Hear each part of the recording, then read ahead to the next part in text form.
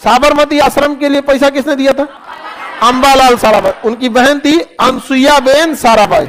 Anusuiya Ben Sarabhai को कहें और सरदार पटेल को कहें कि जाइए वहां पहले आप किसानों का मनोबल बढ़ाइए। तो कैसे कैसे तुम मान लिया कि हम टैक्स दे देंगे, जब टैक्स संहिता कहती है कि 50% से ज्यादा गिरैया बेन साराभाई गई, उन्होंने समझाया तो कहा कि ना हम तो टैक्स, हम खेड़ा सत्याग्रह में जैसे पहुंचे महात्मा गांधी, लोगों को कहें कि तुम टैक्स नहीं देना है, तुमको कोई भी टैक्स नहीं देगा यहां पर।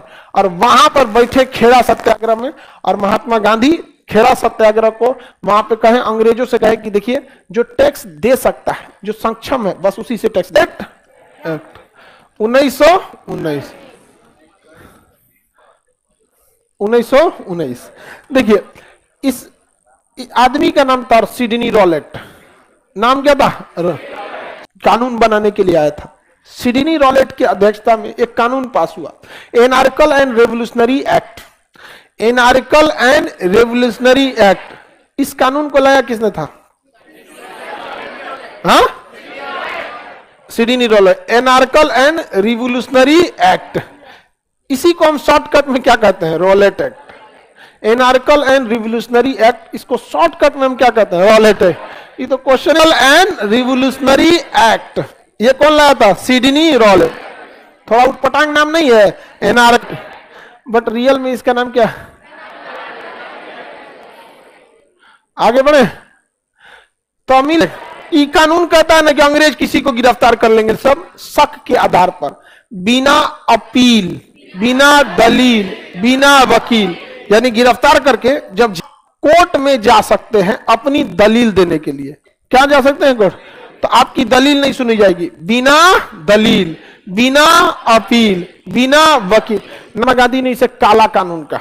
महात्मा गांधी ने क्या किया? अंग्रेज महात्मा गांधी को जेल लेके चल गए। श्रद्धानंद, नाम अच्छे से याद रखिएगा, क्वेश्चन पूछेगा। श्रद्धानंद ने कहा अंग्रेज ये कानून वापस करो, नहीं तो कोई तुमको टैक्स नहीं देगा। कर मत दो आंदोलन चला दिए। कौन? श्रद्धानंद। किस कानून के विरोध में? गांधी जी ने इसे क्या कहा? काला कानून। हालांकि इसे क्या कहा गया? बिना दलील, बिना दलील, दलील में बड़ा ही रहेगा ना, बिना अपील, बिना अपील के कानून कहा गया था। श्रद्धानंद ने क्या किया? मत दो आंदोलन, कर मत दो आंदोलन। यहां इतना अच्छा से आपको फंसा देगा, कर मत दो आंदोलन, यहां इतना अच्छा से आपको फंसा देगा एग्जाम में ना। कहेगा कर मत दो का नारा किसने दिया? सरदार पटेल। सरदार पटेल नारा दिया था, सरदार पटेल ने बारदोली सत्याग्रह में नारा दिया था, सरदार पटेल। आंदोलन चलाया था सरदार। कर मत दो आंदोलन किसके विरुद्ध में था? रॉलेट। कर मत दो आंदोलन किसने चालू किया था? हाँ, क्वेश्चन पूछेगा कर मत दो आंदोलन किस देश की स्वतंत्रता से संबंधित है? स्वतंत्रता से संबंधित है, तो रॉलेट एक्ट से संबंधित है। अमेरिका से। अमेरिका का नारा था नो टैक्स विदाउट रिप्रेजेंटेटिव। जब तक इंग्लैंड में हमारा प्रधानमंत्री नहीं बैठेगा हम टैक्स नहीं देंगे। कर मत दो आंदोलन श्रद्धानंद। कर मत दो नारा सरदार पटेल। कर मत दो आंदोलन किस देश का नारा था? No tax without representative. America. किसका? अमेरिका। एक काला कानून बहुत खतरनाक था। यह कानून कश्मीर के एक बहुत प्रमुख नेता थे, सैफुद्दीन किचलू। सैफुद्दीन किचलू पंजाब और कश्मीर के क्षेत्र के थे, और पंजाब के एक प्रमुख नेता थे डॉक्टर सत्यपाल। सैफुद्दीन किचलू और सत्यपाल, डॉक्टर सत्यपाल, इनको अंग्रेजों ने गिरफ्तार कर लिया। किस कानून के तहत? रॉलेट। अब लोग गए कि समझते हैं, गेहूं की जब फसल काटी जाती है ना, पंजाब के सबसे बड़े नेता थे वो लोग, उस समय के पंजाब के सबसे बड़े नेता थे ये दो लोग। इनकी गिरफ्तारी के कारण कई लोगों ने इसका विरोध किया, और इस विरोध प्रदर्शन के दौरान बैसाखी का दिन, बैसाख समझते हैं, गेहूं की जब फसल काटी जाती है ना, पंजाब में एक बहुत बढ़िया बैसाख। अब हम लोग के यहाँ तो उतना नहीं है, लेकिन पंजाब का एक नाम था उसका जलियांवाला बाग। तो जलियांवाला बाग में सब लोग इकट्ठा हुए थे। 1919 में। कितने अप्रैल को कुछ आप लोग का आइडिया है? 13 अप्रैल। थोड़ा बहुत आप लोग को पहले से पता रहता है ना तो थोड़ा सा ठीक रहता है। किसी भी चीज की जानकारी आपको थोड़ी सी पहले से पता रहे तो ज्यादा अच्छा होता है। तो इन्हीं के गिरफ्तारी के विरोध में कहाँ लोग इकट्ठा हुए थे? जलियांवाला बाग। जलियांवाला बाग में 13 अप्रैल 1919, 13 अप्रैल 1919 को लोग इकट्ठा हुए थे और शांतिपूर्ण ढंग से भाषण दे रहे थे और ये समझा रहे थे इसमें किसी को भी पुलिस गिरफ्तार कर सकती है, बिना मतलब भी उठा सकती है। हालांकि आज भी ये कानून भारत में, हंसराज नाम का एक तो भारतीय था जिसने अंग्रेजों को सूचना दे दिया कि यहाँ आपके जो कानून बनाया गया ना उसके विरोध में लोग इकट्ठा हुए हम 19 में। ठीक है, तो पूरा भारत किसके अंडर में था? चेम्सफोर्ड के अंडर में। चेम्सफोर्ड, पूरा भारत किसके अंडर में था? चेम्सफोर्ड। अब ये पूरा भारत तो चेम्सफोर्ड के अंडर में आ रहा था, लेकिन पंजाब का कोई ना कोई डिप्टी गवर्नर बनाएगा ना, उसी के अंडर में था। लेकिन पंजाब का जो एरिया था उस समय हरियाणा वाला अलग नहीं हुआ था, ये पूरा का पूरा कंप्लीट क्या था? पंजाब था। तो पंजाब का जो गवर्नर था तो उस समय लेफ्टिनेंट गवर्नर वो था ओडायर। क्या नाम था? ओडायर। तो पंजाब का लेफ्टिनेंट गवर्नर ओडायर। पूरे पंजाब की सेफ्टी की जिम्मेदारी किसकी थी? ओडायर। जब इनके commander in chief, Gorkha regiment के कमांडर जो था उसका नाम था आर डायर। तो गोरखा रेजिमेंट एक फौज थी, फौज को तो आदेश का इंतजार होता है, तो ससुरा यही था ओ डायर जिसने अमृतसर में भेज दिया गोरखा रेजिमेंट को, और गोरखा रेजिमेंट को लेकर पहुंचा था आर डायर। कौन पहुंचा था? R Dyer. तो ऑन द स्पॉट गोली कौन चलवाया था? R Dyer. कौन था? R Dyer. और आर डायर एक सेनापति था, ब्रिगेडियर आर डायर। कौन था? ओडायर। चेम्सफोर्ड तो पूरे भारत को संभाल रहा था, इसको कोई मतलब नहीं था, दिल्ली में बैठा हुआ था। और ये लोग भारतीयों की जान को बहुत कमजोर समझते थे, कोई मतलब का नहीं, जिसको जितना मार दिया यहाँ पे। अब वहां पहुंच गया आर डायर, और आर डायर वहां चारों ओर से घेर लिया, कोई सूचना नहीं दिया क्या कर रहे हो क्या नहीं, सीधा गोली चलवाना चालू किया। इतने लोग मरे थे ना, मतलब आंकड़ा जो था उससे कई गुना ज्यादा लोग मरे थे। लेकिन भेजा कौन था? ओडायर। कौन भेजा था? ओडायर। इसका पूरे भारत में विरोध हुआ। महात्मा गांधी को कैसरे हिंद की उपाधि अंग्रेजों ने दिया था, महात्मा गांधी ने उस उपाधि को हटा दिया, कहा कि रख रहे चोट्टा कहीं का यहाँ पे। रविन्द्रनाथ टैगोर को नाइटहुड की उपाधि दिया गया था, उन्होंने उस उपाधि को लौटा दिया, क्योंकि 1857 की क्रांति क्या था, वायसराय नाम बदल के कह दिया गया चमचा। तो वायसराय का जो मंत्रिमंडल होता है उसको कार्यकारिणी परिषद कहा जाता था, वर्किंग एग्जीक्यूटिव मेंबर, जो उसको दिमाग देते थे वायसराय को। वायसराय अपने सारे निर्णय अपने एग्जीक्यूटिव मेंबर कार्यकारिणी परिषद में चर्चा करता था। उसमें एक भारतीय भी थे, डॉक्टर शंकर नायर। तो शंकर नायर कार्यकारिणी परिषद में थे, किसके? चेम्सफोर्ड के। तो चेम्सफोर्ड से डॉक्टर शंकर नायर ने कहा कि कितना जघन्य अपराध हुआ है, मासूम लोगों के ऊपर गोलियां क्यों चला दी गई यहाँ पर, और ये हम लोग को समझने में थोड़ी सी देर हो गई। तो शंकर नायर ने कार्यकारिणी परिषद से क्या दे दिया? इस्तीफा दे दिया, और बहुत भीषण बवाल हुआ यहाँ पर। सस्पेंड कर दिया जाता है, इंग्लैंड भेज दिया जाता है। ओ डायर को सस्पेंड करके इंग्लैंड भेजा, और जब ये इंग्लैंड बंदरगाह पे उतरा, उस समय जहाज तो नहीं होती थी, पानी वाली जहाज से गया, जब उतरा तो इसको सम्मान में वहां बैंड दिया गया था, नहीं देखते हैं बैंड खबर लगी भारत में, तो बवाल हो गया अंग्रेजों के खिलाफ। अब सबको पता चल गया ना कि अब भारत में कुछ बड़ा होने वाला है। तो अंग्रेजों ने आनंद फानंद में ना हंटर कमीशन का गठन कर दिया, और हंटर कमीशन को कहा गया कि ये जांच करेगा जलियांवाला बाग हत्याकांड की। तो अंग्रेजों ने जलियांवाला बाग की जांच के लिए कौन सा कमीशन गठन किया? Hunter commission. Hunter commission, Hunter commission का गठन कर दिया। लेकिन भारतीयों को पता था कि हंटर कमीशन में अंग्रेज ही रहेंगे, ये अपना रिपोर्ट उन्हीं के हिसाब से देंगे, इसलिए पैरेलली 1919 में ही गठन किया गया मदन मोहन मालवीय समिति। मदन मोहन मालवीय समिति, मालवीय समिति भी क्या कर रही थी? जलियांवाला बाग की जांच कर रही थी, हंटर कमीशन भी जांच करती। हंटर कमीशन ने रिपोर्ट दिया कि जनरल ओ डायर ने जो आदेश दिया था कि जाके वहां सेना भेजो, ये गलत नहीं था, क्योंकि वहां के लोग उपद्रव कर रहे थे। जबकि मदन मोहन मालवीय समिति ने कहा कि वहां के किसी के पास कोई भी हथियार नहीं था, इवन लाठी तक नहीं थी, उपद्रव कहां से? तुम यमराज के हाथ से नहीं मरेगा, तू हमरे हाथ से मरेगा। 21 साल उस लड़के ने वेट किया, उधम सिंह छोटे थे, 21 साल इंतजार किया, और जब जवान हुआ 1940 में, समझ में आ गया? 21 साल इंतजार किया, छोटा लड़का था, तोतला के बोलने वाला, लेकिन कसम खाया था कि लाश का बदला लेंगे, ओ डायर तुम यमराज के हाथ से नहीं मरेगा। और उसके बाद जब 1940 में बड़ा हुआ, 26 साल के एज में, उधम सिंह पूरा बढ़िया से सूट बूट पहन के, और वहां पे ना जो सिंह पूरा बढ़िया से सूट बूट पहन पे ना जो अंग्रेजों का ड्रेस होता था वही ड्रेस पहन के इंग्लैंड में चल गए जहां पार्टी चल रही थी, और एक मोटी सी किताब लिए थे यहाँ पे, उस किताबों में ना खूब अच्छा से काट के जगह बनाए थे बंदूक रखने का। तो कितनी का मिस्टर डायर, और सबके सामने 7 गोली मार दी।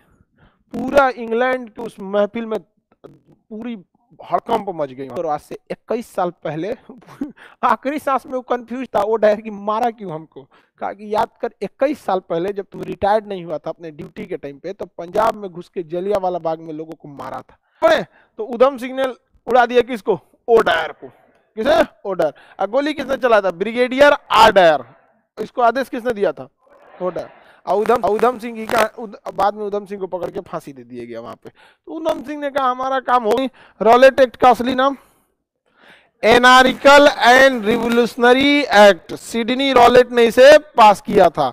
इसके विरोध में कौन सा आंदोलन चलाया गया था, कर मत दो आंदोलन। क्वेश्चन पूछा हुआ है, कर मत दो आंदोलन किसने चलाया, श्रद्धानंद ने।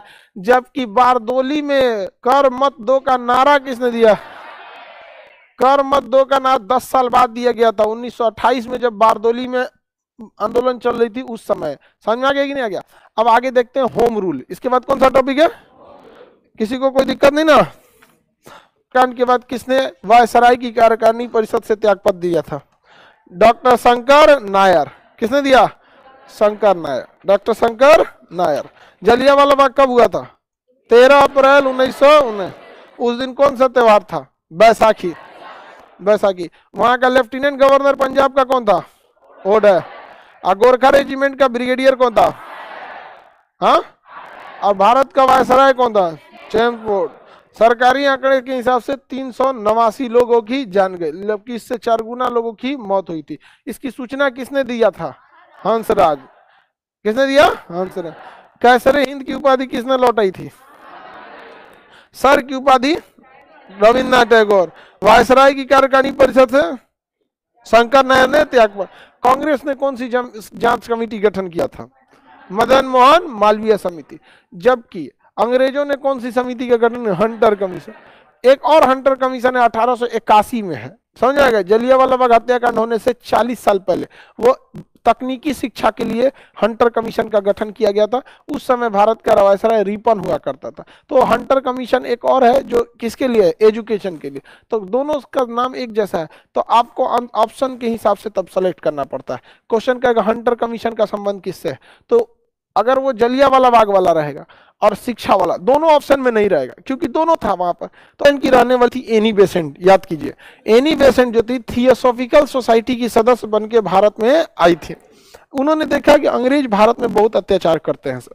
जबकि होम रूल का मतलब होता है कि अगर आपको आंतरिक शासन में अंग्रेज हस्तक्षेप नहीं करते थे, जैसे विधायक कौन रहेगा, कोई बेसेंट का कहना था कि यही नियम हुआ तुम कहां लगा दो भारत में, कि तुम बड़े चीज रखो, सेना रखो, अंतर्राष्ट्रीय संबंध रखो, जो भी रखना है रखो, लेकिन जो होम रूल का चीज है वो भारतीयों को सौंप दो। तो होम रूल कहां, किस देश से प्रेरित था, आयरलैंड से।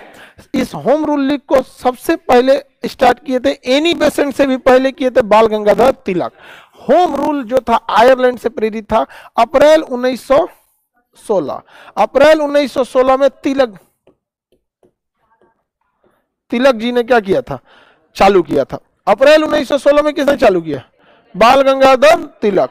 अप्रैल 1916 में बाल गंगाधर तिलक ने चालू किया। ये बहुत तेजी। तिलक को वैलेंटाइन सिरोल नाम के आदमी ने कह दिया कि यही है भारत के अशांति का कारण। तो केस करने कहां चल गए, लंदन चल गए। कहां चल गए, इंग्लैंड चल गए। अभी बताओ, हम यहाँ क्लास लगा के 1916 में किसने चालू किया, एनी बेसेंट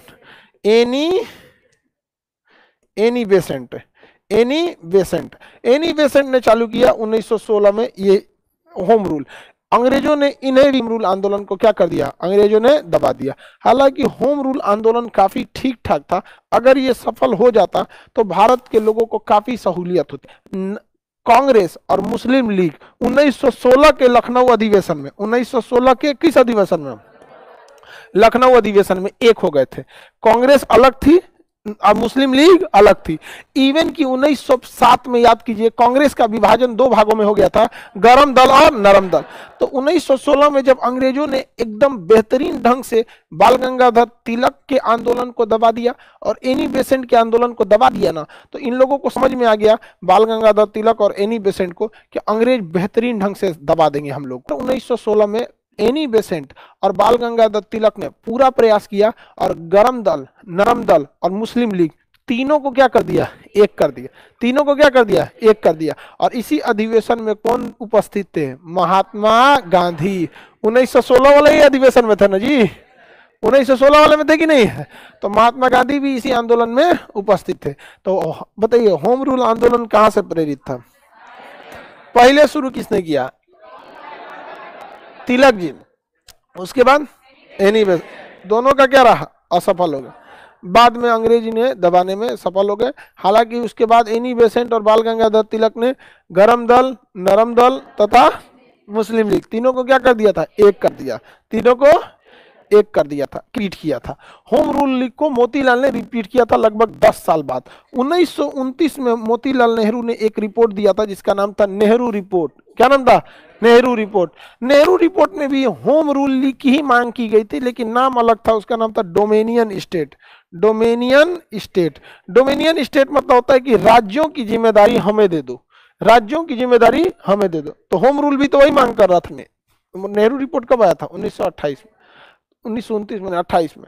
तो मोतीलाल नेहरू के इस प्रस्ताव को अंग्रेजों ने ठुकरा दिया और मोतीलाल नेहरू का बहुत बेइज्जती किया। कहा है जवाहरलाल नेहरू, भाड़ में गया होम रूल, बाढ़ में गया डोमेनियन स्टेट, पूर्ण स्वराज चाहिए। क्या चाहिए, पूर्ण स्वराज। अब विनती नहीं रण होगा। समझ में आ गया कि नहीं? तो आपको लिंक समझ में आ रहा है कि नहीं? आयरलैंड से प्रेरित था होम रूल से ही प्रेरित था डोमेनियन। और जब होम रूल को 1916 में अंग्रेजों ने नहीं माना, 1928 में डोमेनियन स्टेट मोतीलाल नेहरू को नहीं माना, तो जवाहरलाल नेहरू ने क्या कह दिया, पूर्ण स्वराज। और यही 1929 में इन्होंने कहा था पूर्ण स्वराज, और कहा था कि पूर्ण स्वराज 1929 में कहा था। और इसी समय से उन्होंने 26 जनवरी को स्वाधीनता दिवस मनाना चालू किया, जिसे हम आज भी मनाते हैं। ये 26 जनवरी की त्योहार की शुरुआत किसने किया था, जवाहरलाल नेहरू।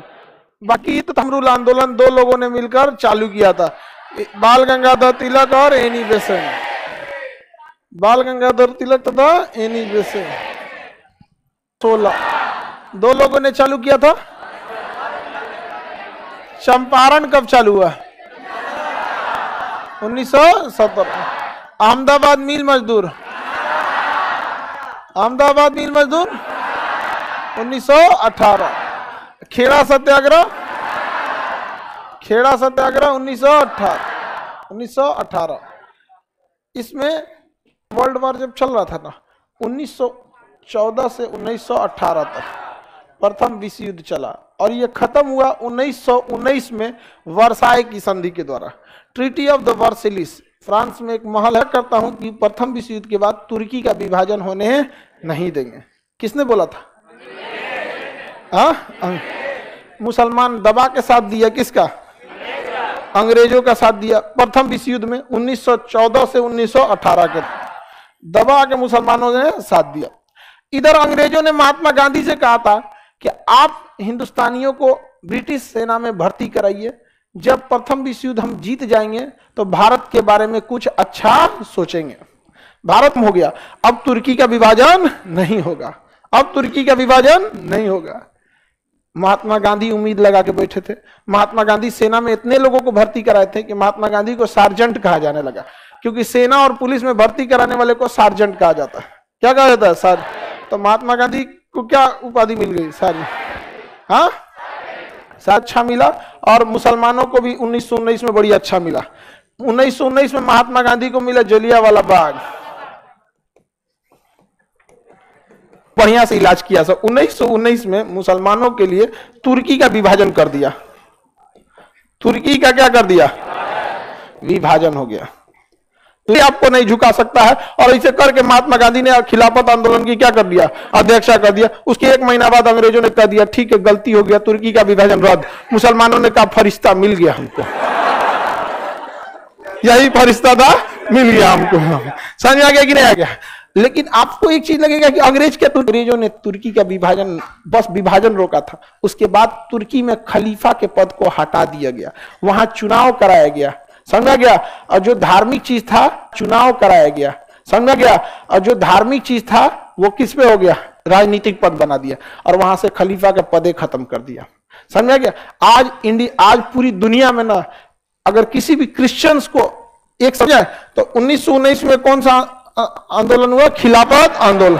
खिलाफत आंदोलन का नेतृत्व किसने किया, किसने किया, महात्मा गांधी। महात्मा गांधी 1919 में जलियांवाला बाग भी हुआ, कब हुआ था, 1919 में। खिलाफत आंदोलन 1919 किसके विरोध में,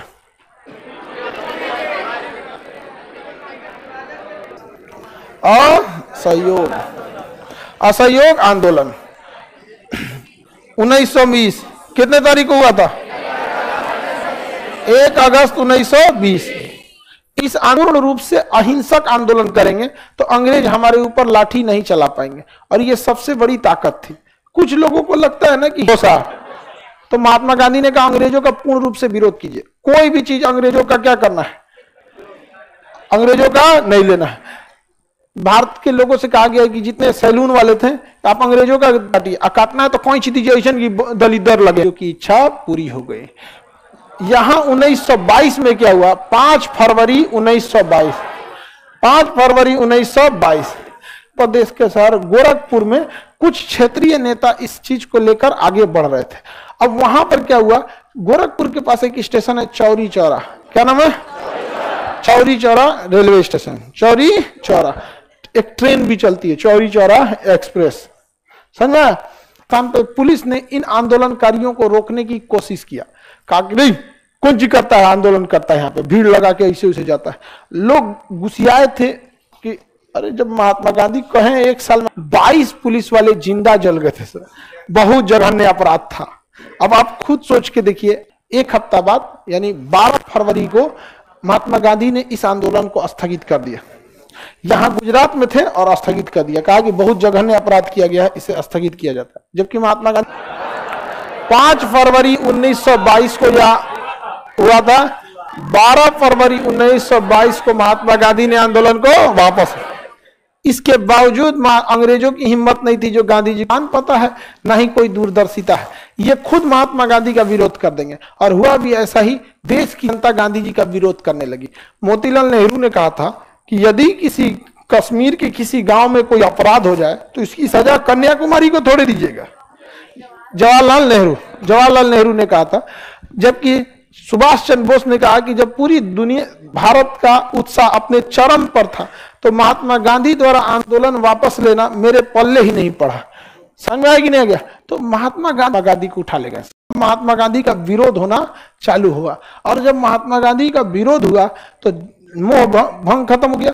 अंग्रेजों ने 1 महीना इंतजार किया और 10 मार्च को महात्मा गांधी को उठा ले गए सब। 10 मार्च 1922 को उठा ले गए और महात्मा गांधी को 6 साल की सजा सुना दी है। इसके ठाक नहीं है तो महात्मा गांधी को 1924 में आजाद कर दिया। 1924 में महात्मा गांधी को क्या कर दिया गया, जेल से रिहा कर दिया। जैसे महात्मा गांधी को जेल से रिहा किया, जहाज जुड़ के खड़ा हो गए, ठीक हो।